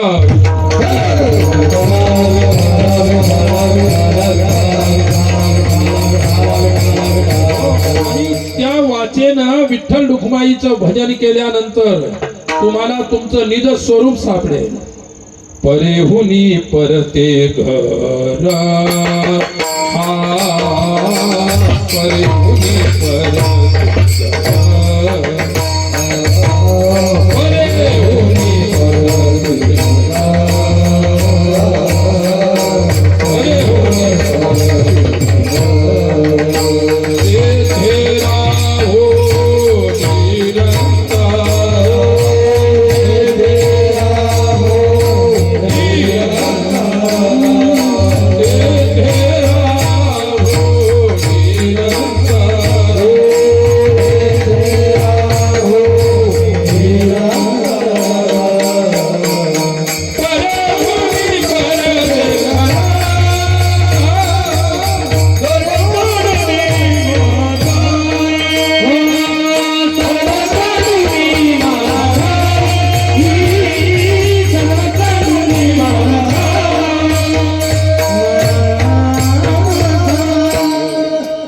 परेहुनी परते घर.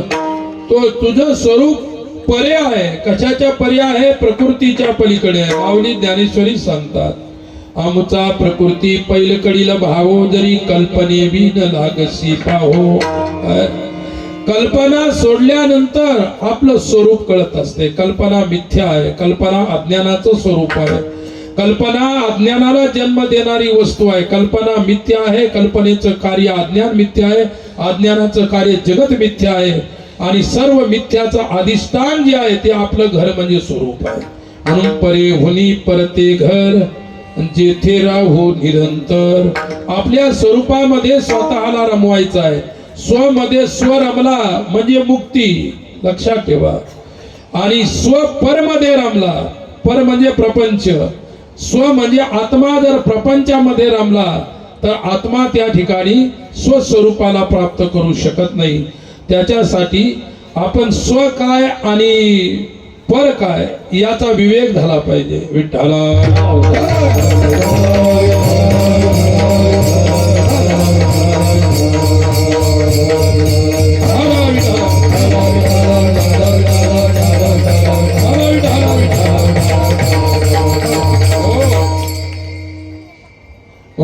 तेची माझे अधिष्ठान, तेची माझे रूपपूर्ण अधिष्ठान. काय? आत्मा अधिष्ठान आहे, स्वरूप अधिष्ठान आहे, ब्रह्म अधिष्ठान आहे. दिसणारं संपूर्ण विश्व जगत्रय हा भास आहे. म्हणून या भासाला मावळण्यासाठी सद्गुरूच्या ज्ञानाची आवश्यकता असते. म्हणून नामदेवरायांनी हा अभंग गुरु स्थितीच्या मध्ये लिहिलेला आहे. लक्षात ठेव. मावळवित विश्वाभासू नवल उदयला चंडांशू अद्वयाब्जनी विकासू वंदो आता. काय? हा अद्वैताचा सूर्य जोपर्यंत उगत नाही तोपर्यंत भास मावळत नाही. चंडांश शब्दाचा अर्थ आहे प्रखर किरणाने युक्त असणाऱ्या सूर्याला चंडांश म्हटलेलं आहे. आणि लक्षात ठेवा, शेवट एक छोटस उदाहरण सांगतो. विठ्ठला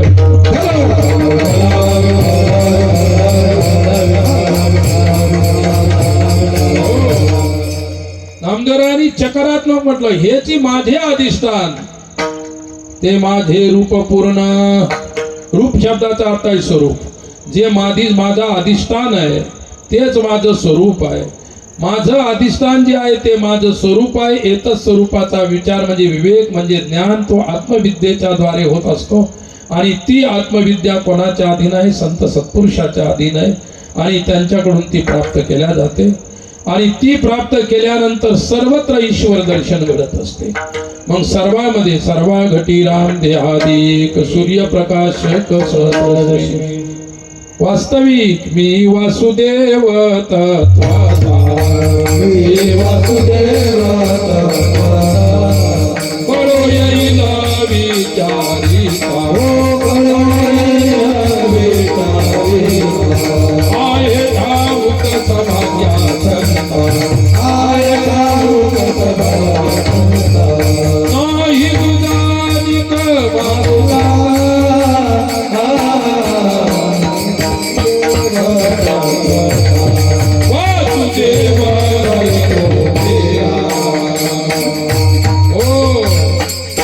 वासुदेव तत्वता, कळोईल विचारिता.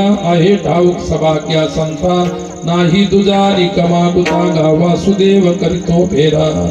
एक गोष्ट, वासुदेव सर्वमिती समहात्मा सुदुर्लभ. मी वासुदेवच आहे अशा स्वरूपाचं ज्ञान ठेवणारा महात्मा क्वचित. आणि जो आहे तो श्रीकृष्णाच्या दृष्टीत ब्रह्मज्ञानी पुरुष आहे. म्हणून यांचे नामदेवरायांचे गुरु खेचर स्वामी हे ब्रह्मज्ञानी पुरुष होते. आणि त्या ब्रह्मज्ञानीच्या पुरुषाच्या द्वारे ज्या उपदेश झाला त्याच्यातून अधिष्ठान कळलं. ते अधिष्ठानच माझं स्वरूप आहे अशा प्रकारचं ज्ञान झाल्यानंतर कृतार्थता मिळत असते. मग नंतर म्हणतात की कृतकृत्य झालो, इच्छा केली ते पावलो. अशा प्रकारची गोष्ट आहे. एक छोटस उदाहरण सांगणार जाता जाता. विठ्ठला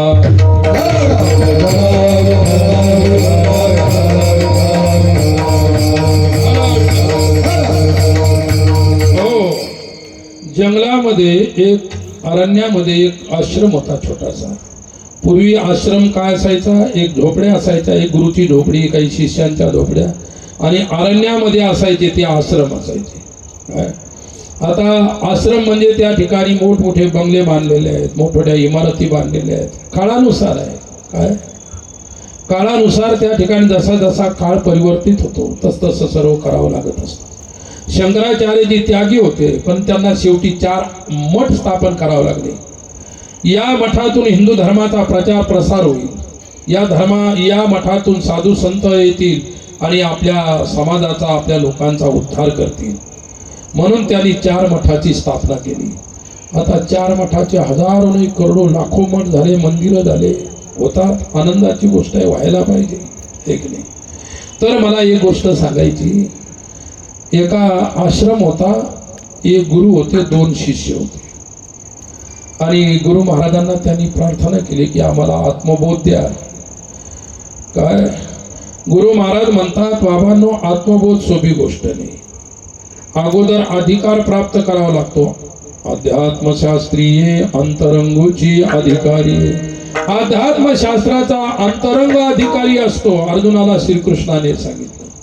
आणि म्हणून प्रशांत चित्ताय जितेंद्रियाय प्रहीन दोषाय थुक्तकारिणे प्रदेयमेतत् सतत मुमुक्षवे.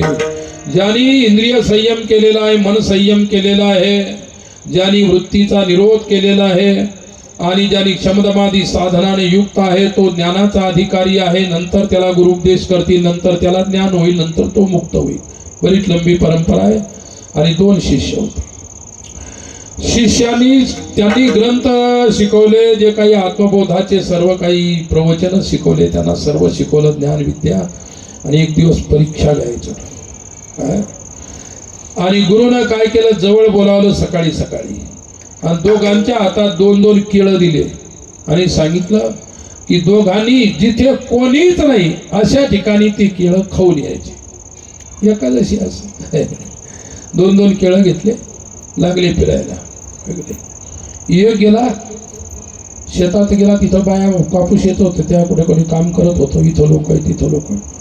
मग गेला आपल्या जंगलामध्ये, या तिथं कोणीच नव्हतं. एका झाडाखाली बसला, मस्त दगडावर 2 केळं खाऊन घेतले आणि आला. गुरु महाराज जिथे कोणीच नव्हतं त्या ठिकाणी 2 केळं खाली, तुम्ही दिलेली प्रसाद आलो. दुसरा जो फिरत होता जो डोंगरही फिरला, गाव फिरले, शहर फिरले, सर्व फिरला तसेच केळं घेऊन आला. आणि मग गुरु महाराजांनी विचारलं, का रे यानं तर कोणी नसलेल्या निर्जन ठिकाणी जाऊन हे 2 केळं खाऊन आला, तुला असं ठिकाणच सापडलं नाही का?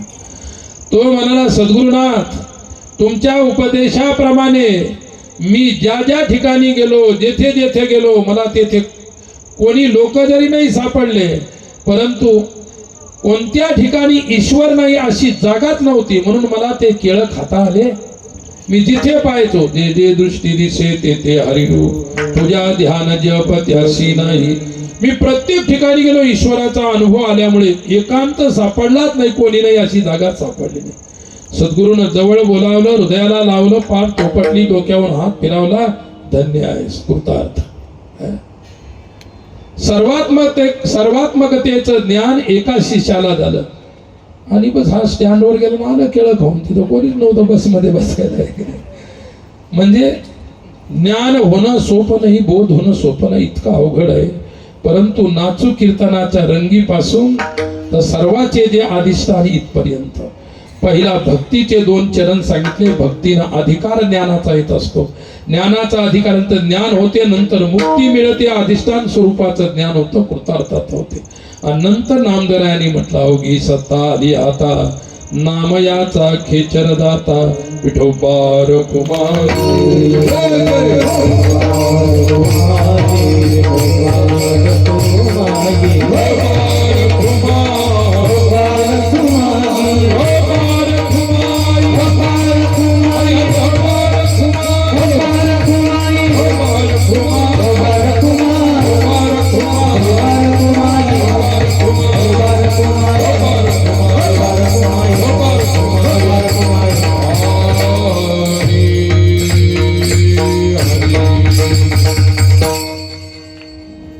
अभंगाचा 1 चरणाचा सविस्तर अर्थ सांगितला. 2ऱ्या चरणात उतरलो होतो आपण. अभंग इतका चिंतनीय आहे, तो 2 घंट्या 3 घंट्या संपणारा अभंग नाही. सुरुवातीला आम्ही कीर्तन करायचो, त्यावेळी कीर्तनाची वेळ 3 घंटे असायची. किती असायची? 3 घंटे कीर्तन व्हायचं त्या काळामध्ये. आता किती आलं? 2 घंटे, 9 ते 11 किंवा 8:30 ते 10:30, 8 ते 10. आणि तुकाराम महाराजांच्या काळामध्ये कीर्तनाची वेळच नव्हती. कधी सुरू होईल आणि कधी संपेल. गाडगे बाबा कीर्तन सुरू करायचे, सकाळी 4च वाजायचे, कधी कधी कीर्तन सुरू. लोक आहेत किंवा नाही हाही पता नाही. हे खरं कीर्तन आहे. अरे आमच्याजवळ जे कीर्तन आहे खोटे कीर्तन आहे, म्हणून त्यांना वेळ आहे. काय? कारण कशा करता खोट्या ऐकणारे खोटे आहेत म्हणून कीर्तनही खोटे आहेत, दुसरं काही नाही. तशाला तसेच नातेवाईक भेटतात, होऊन जाते सोयरी, काही हरकत नाही. पूर्वीच्या काळामध्ये किती प्रेम होतं. पहिले साधू लोक, संत काय होतं ते आता पाहायला मिळत नाही. खूप परिवर्तन झालं, खूप वेगळ्या प्रकारचे आल्या गोष्टी. असो, समाजाला जे स्वीकार्य आहे, फक्त समाजाला परमार्थ मिळाला पाहिजे, एवढीच आमची अपेक्षा आहे, दुसरं काहीच नाही. कोण काय देतो हा तुमचा प्रश्न आहे, काय घ्यायचा हा तुमचा प्रश्न आहे, देणं साधू संतांचा प्रश्न आहे, आणि आपण घेतलं पाहिजे. शेवटचे 2 शब्द मला एवढे सांगायचे, कारण उद्या मला आता 3 कार्यक्रम करायचे. किती? प्रेम आहे ते. मला काही ते कार्यक्रम करायचा शौक नाही, पण लोकांचं प्रेम आहे. आपल्यामुळे 4 लोकांमध्ये जर चांगलं होत असेल, चांगलं घडत असेल, तर आपल्याला कष्ट घ्यायला काही हरकत नाही. आणि आमचा स्वधर्मच तो आहे, आमचा धर्मच तो आहे. वाढावया सुख भक्ती भाव धर्म, कुळाचार नाम विठोबाचे. भक्ती वाढावी, समाजाला चांगल्या प्रकारचे संस्कार मिळावेत, परमार्थ मिळावा, या दृष्टिकोनातून हा कीर्तन करण्याचा आशय आहे, दुसरं काहीच नाही. भालेगावचं मी वर्णन केलं. भालेगाव आपल्या परिसरामध्ये प्रतिपंढरी आहे. भालेगावचा सप्ताह असेल, आटाळीचा सप्ताह असेल, विशेष सप्ताह आहेत आपल्या इकडच्या घाटाच्या खालचे. आमच्या वरी सुद्धा काही विशेष सप्ताह आहेत. प्रत्येक भागात काही ना काही विशेष गाव असतात. एवढा भव्य दिव्य इथे मंडप, एवढे भव्य दिव्य लोक, आज तुम्ही आलात. मी ज्यावेळी इथे कीर्तन केलं, मला तरी वाटतं 12 ते 15 वर्ष झाले असतील त्या गोष्टीला. फार जुनी गोष्ट आहे. तेव्हा त्या ठिकाणी मी कीर्तन केलं होतं संध्याकाळचं, आणि सकाळी आमच्या बाबांचं ते काल्याचं कीर्तन होतं, ते सुद्धा मी ऐकायला राहिलो होतो. मला दुसऱ्या दिवशी कुठं कार्यक्रम नव्हता. आणि त्या काल्याच्या कीर्तनाची जी पद्धत आहे, काय त्याचं जे विवेचन आहे, अजून माझ्या लक्षात आहे. त्यांनी त्या कीर्तनात काय काय सांगितलं होतं, कोणत्या भाषेत सांगितलं होतं, मी त्या भाषेतही सांगू शकतो. इतकं सुंदर चिंतन असतं बरं का. हे परंपरेचं आहे. काय कृष्ण जन्माचा तो प्रसंग ज्यावेळी वर्णन केला जातो, किती सुंदर वर्णन केला जातो, अतिशय छान. ही आमच्या पूर्वजाची जुनी परंपरा आहे. त्या परंपरेला नवीन लोक, नवीन कीर्तनकार विसरत चाललेले आहे. आणि ही पारंपरिक पद्धतीनं, सांप्रदायिक पद्धतीनं आपल्या इथे त्या ठिकाणी हा सप्ताह अनेक वर्षापासून, किती वर्ष झाली असतील, माहीतच नाही म्हणजे एवढे वर्ष झाली, सांगता येत नाही कोणाला. इतकी जुनी परंपरा आहे. संत सोनाजी महाराज, जिथं आता आमचा पळसखेडचा आश्रम आहे, आश्रमच्या शेजारी वटवृक्ष होता, आणि तिथे महाराजांची बैठक असायची. आज तिथे पादुका मांडलेल्या आहेत, जुन्याच काळापासून आहेत. त्या आश्रमच्या अगोदर सोनाजी महाराजांचं ज्यावेळी तिकडून यायचे ते, तर त्या वडाखाली थांबायचे.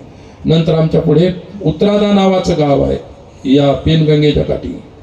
त्या उतराद्याला आजही तिथे सोनाजी महाराजांचं मंदिर बांधलेलं आहे. तिथली दिंडी सोहळ्याला जाते आणि बाबा तिथे यायचे. आणि तिथं आम्ही आश्रम आता उभा केलेला आहे. त्यांच्या चरणकृपेनंच, त्यांच्या पदस्पर्शानंच पावन झालेली भूमी होती. आणि मला अनेक लोकांनी त्यावेळी जागा दाखवल्या, मला ती जागा आवडली. नंतर मला कळालं की इथे संत सोनाजी महाराज बसत होते. तो वटवृक्ष आता फार जुना होता, वाळला तो. त्या पादुका अजून तशाच बसवलेल्या आहेत, लक्षात घ्या. आणि त्यांचीच कृपा आपल्या भालेगावाला, लक्षात ठेवा. मी सांगितलं ना, भालेगावामध्ये सोनाजी महाराजांची कृपा आहे, नरहरिबाबांची कृपा आहे. बाबा आता सध्या आहेतच, ते सुद्धा आपल्या गावामध्ये गावाचेच असणारे संत आहेत. आणि कोणी संत मंडळी असतील, मला काही नंतरचे परिचित नाही. तर मला एवढं सांगायचं, भालेगाव बाजार मी काय आजपासून ओळखत नाही. मी जेव्हापासून या परिसरात आलो, 40 वर्ष झाले, तेव्हापासून या गावाला मी ओळखतो. या गावाचं नाव मला माहीत आहे, या गावाची महिमा मला माहीत आहे. आणि अनेक वर्षानंतर यावर्षी ज्यांच्या सौजन्याने, आणि ती आमची पोरतची मंडळी आहे, श्री रतनसिंग बोराडे व श्री ओमसिंग बोराडे पोरत, यांच्या सौजन्याने आज मला भालेगाव बाजार येथे ही कीर्तनरूपी सेवा करायला मिळाली. मी त्या दोघांनाही खरोखर धन्यवाद देतो आणि पांडुरंगाचे अनंत आशीर्वाद देतो की भगवंताची अशीच कृपा त्यांच्यावरती राहावी. तिथेही मला ते भेटले होते. पोरजनी येताना पोरजवरून आलो. काय इथं मला लवकर बोलावलं, पण आमचे नियम असतात. काय झालं, आम्ही पोरजवरून निघालो, परंतु रस्त्याने प्रवास, कालचा दिवसभर प्रवास, रात्रीचं जागरण होतं. आणि आम्हाला मध्यंतरीच आम्ही दोन्ही गावच्या मधात उभे राहिलो. बाहेर जायचं काम पडलं, आणि आम्ही एकदा बाहेर गेलो म्हणजे स्नान केल्याशिवाय पुन्हा गाडीत बसत. आता मग जंगलात कुठून पाणी आणायचं, तिथून मोटरसायकली पाटल्या, पोरजमधून पाणी आणलं आणि तिथे स्नान आम्ही केलं. इकडून फोन यायचे की थोडंसं आमच्या घरी या, इथं अशा प्रकारचं आहे. आता आम्हाला इलाजच नव्हता. आम्ही ती संपल्यानंतर वेळेवरती इथून पोचलो. आणि आमचं कसं असतं की एकदा हो असतं, एकदा नाही असतं. येणं होत असेल तर हो म्हणायचं, नसेल येणं होत असेल तर नाही म्हणायचं. आहे की नाही. म्हटलं बाबा, मी तुमची इच्छा काही पूर्ण ठेवणार नाही, कधी ना कधी पूर्ण करेल. परंतु आज मला काही आग्रह करू नका, कारण मी स्नान केलं, स्नानाच्या नंतर माझा जो काही विधी असतो तो विधी केला. त्याच्यामध्ये 8 ला 10 मिनिट कमी असताना तिथं त्या पोरच्या या आपल्या भालेगावच्या मधात विधी संपला आणि इकडे रामकृष्ण हरी ऐकू आलं. तिथून गाडी पळवली आणि लगेच तुमचा विना घ्यायला तिथं हजर झालो. काय असे नियम असतात, गुरु लोकांनी दिलेले नियमाचं पालन केलं पाहिजे आणि त्या नियमामुळे इथं वेळेवरच यायचं हे झालं, लक्षात घ्या. म्हणून अशा प्रकारचं दिव्य स्थळ आहे. माझं सुद्धा तुमचं जसं सर्वांचं हे गाव, ही भूमी श्रद्धास्थान आहे, तर माझी सुद्धा या संत नात्याने, साधू या नात्याने श्रद्धास्थान आहे. इथं आल्यानंतर जो माझा थकवा होता, रात्रंदिवस मी या कार्यामध्ये रत आहे, कधी कोणत्याही गोष्टीचा आळस केला नाही. माझ्या आयुष्यामध्ये मी कोणालाही असं प्रतीक्षा करायला लावली नाही की आता कीर्तनाचं सुरू झालं, महाराज आले की नाही, महाराज आले की नाही. माझ्या आयुष्यामध्ये मी किती 500, 700, 800 किलोमीटर गेलो तरी कोणाला प्रतीक्षा करायला लावली नाही आतापर्यंत. आणि इथून पुढे जर तुम्ही समाजाला चाटा मारायच्या शिकवल्या तर ते करू, मग काही हरकत नाही. पण आतापर्यंत काही त्याचं काम पडलं नाही, कोणाला चाट मारायचं काय करायचं. काय इथं आल्यानंतर खूप आनंद वाटला. विना घेतला, अभंग कीर्तनाचा म्हटल्यानंतर इतकी सुंदर झाली. काय मृदंगही त्या माझा थकवात गेला, त्या चालीनं आणि मृदंगानं काय गेला, थकवा गेला. वास्तविक बोलून बोलून आवाज बसलेला होता, तरी सुद्धा पांडुरंगानेच मला आज बोलावलं, म्हणजे माझ्याकडून बोलवून घेतलं. इतका माझा तो आवाज थकलेला आहे, आतून खराब झालेला आहे, बोलून बोलून दुसरं काही नाही.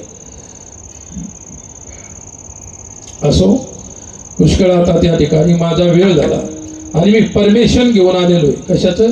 त्या डोंगराचं. कारण मला रस्ता त्या डोंगरातूनच जवळ जायचा, नाही तर मग खामगावून दुरून जावं लागतं. आणि आरामही झाला पाहिजे तिथून गेल्यानंतर. उद्या पुन्हा सकाळी कोलाऱ्याला काला आहे, संध्याकाळी टाकरखेडला, तिकडं आमच्या भागात टाकरखेड गाव आहे, तिथं सप्ताह चालू आहे, संध्याकाळची सेवा आहे.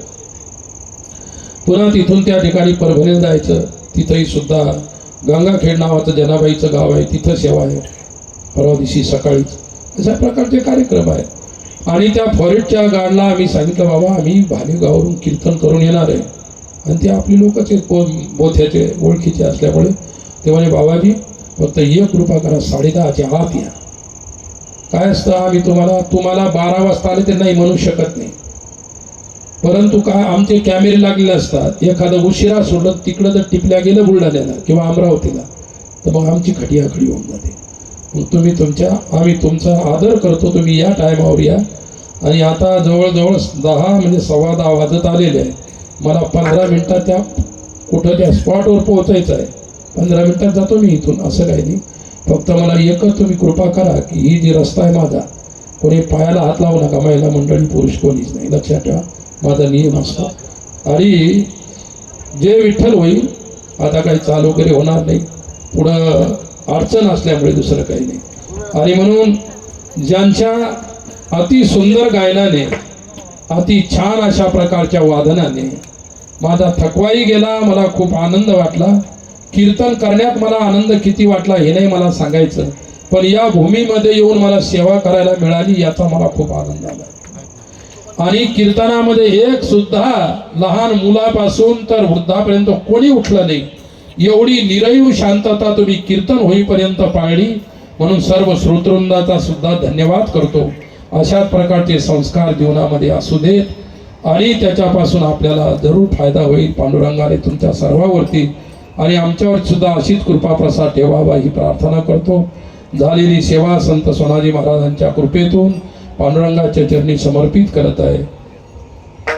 कृपा करून महाराजांचं व्यासपीठावरून खाली उतरले आपण ऐकलेलं आहे.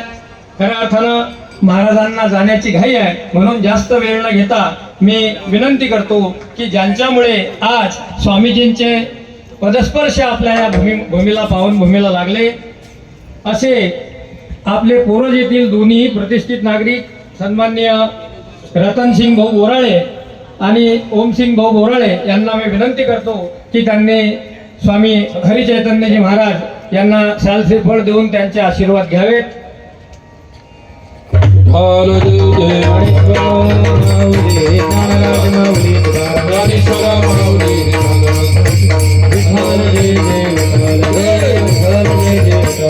गोरी रे हरी लाल